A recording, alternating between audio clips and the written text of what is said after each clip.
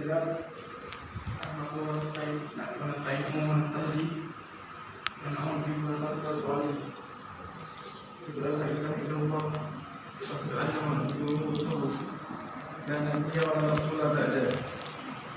Pertama-tama kita panjatkan puji dan puji syukur kita atas kehadirat Allah Subhanahu wa taala sehingga pada malam hari ini kita dapat berkumpul di masjid yang insyaallah berkah Allah Subhanahu wa taala. Selanjutnya kita mensyukuri nikmat Allah Subhanahu wa taala yang dalam firman-Nya yang menyebutkan bahwa wa in ta'uddu ni'matallahi la tuhsuha, dan sekiranya jika kalian menghitung nikmat Allah maka kalian tidak dapat menghitungnya. Surat Ibrahim yang ayatnya maknanya atas sendiri 9-10 juz 13 lembar bagian A. Surat Mus'ab Al-Quran itu lembar bagian A sebelah sini dan bagian B sebelah sini. Dan sebelum ayat tadi disebutkan bahwa nikmat Allah itu bukan cuma berupa uang maupun harta. Nikmat Allah itu macam-macam. Disebutkan di ayat sebelumnya bahwa Allah menentukan tanaman yang tanaman itu dapat berguna bagi manusia, hewan, dan makhluk lainnya. Dan juga ayat sebelumnya lagi disebutkan jika Allah dapat menggerakkan langit menjadi siang dan menggantinya menjadi malam. Saya kita bayangkan jika Allah tidak menggantinya menjadi malam seperti hari ini, saat ini, maka kita akan terus berpuasa sampai sekarang. Untuk perbuatan satu Allah yang kita pun tidak dapat menghitungnya. Juga masalah kita panjatkan puja dan puji, panjatkan salawat serta salam kepada Nabi kita Muhammad Nabiullah Sallallahu Alaihi Wasallam yang misalnya kita nantikan pada yaumil akhir kelak, yang dalam mukjizatnya satu-satunya mukjizat yang sampai saat ini bertahan, yang insya Allah kekal sampai hari kiamat, yaitu Al-Quran. Yang juga ini juga Syekh Muhammad tadi menjadi Al-Quran juz 2 bab 3 surat Al-Baqarah. Ayatnya letaknya tengah-tengah. Sebutkan bahwa satu Ramadan, bulan Ramadan ini adalah bulan turunannya Al-Quran yang menjadi kitab suci umat Islam, mukjizat paling besar di dunia yang tak hilang oleh waktu dan tak eksis sampai hingga hari kiamat. Mukjizat itu dari kata mu'jizat yang berarti melemahkan. Jika sebelumnya mukjizat itu merupakan mukjizat penglihatan, berbeda dengan Al-Quran yang ini mukjizat akal dan juga hati.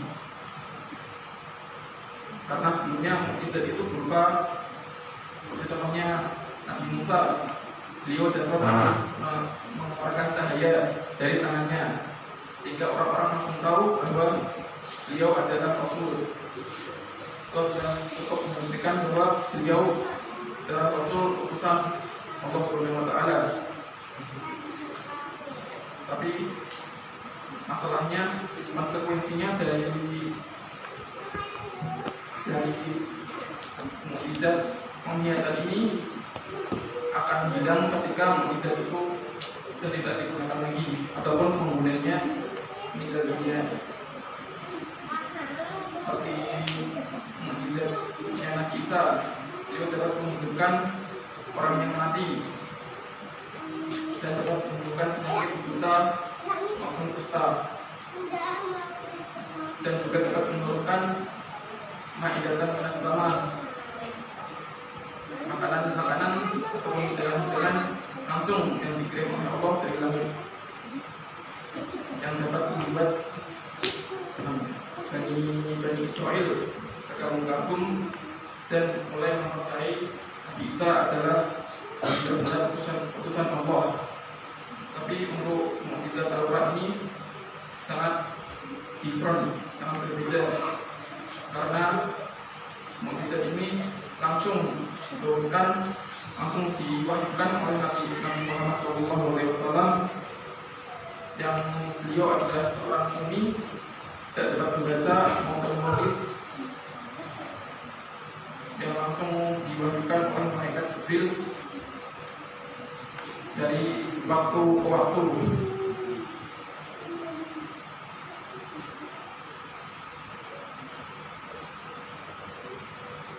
Yang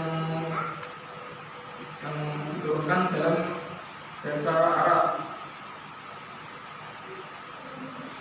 Kenapa kok Al-Quran diturunkan dalam bahasa Arab? Karena bahasa Arab adalah bahasa yang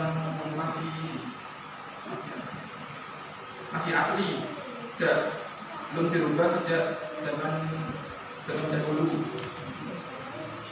Tidak seperti bahasa Indonesia yang sudah bertangan, yang awalnya itu saya tahu dari bahasa yang namanya bahasa Sanskerta, terus akhirnya beranak-anak menjadi bahasa Melayu, yang akhirnya di banyak pendatang-pendatang yang datang ke Indonesia, karena Indonesia tempatnya strategis, makanya bahasa Indonesia tercampur aduk dari bahasa-bahasa negara-negara lainnya, dan akhirnya lahirlah bahasa Indonesia. Kenapa bahasa Arab terpilih menjadi bahasa Al-Quran?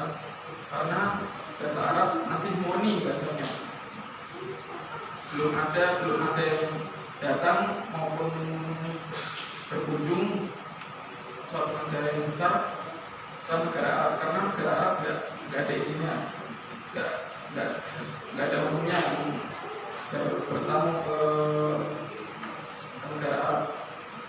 Makanya bahasanya belum tercampur dengan bahasa lain dan masih murni, tidak seperti Persia atau Romawi yang sudah bercampur dengan bahasa Eropa dan Asia lainnya. Bahasa Arab benar-benar masih murni, makanya bahasa Arab terpilih menjadi bahasa Al-Quran.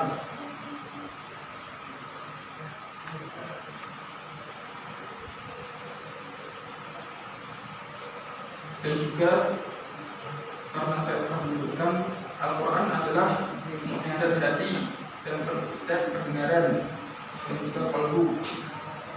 Al-Quran ini dapat merubah your life, dapat merubah hidup kamu, dan mendengarnya membuat hati kita tenang, sentosa.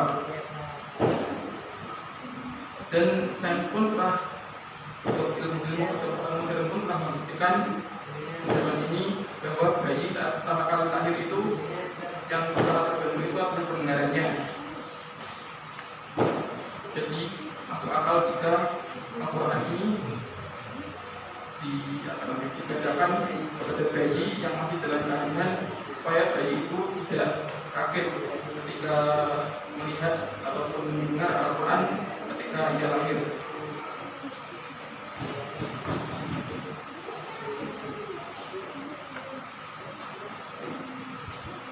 Rasa cukup sekian yang saya sampaikan, teman-teman.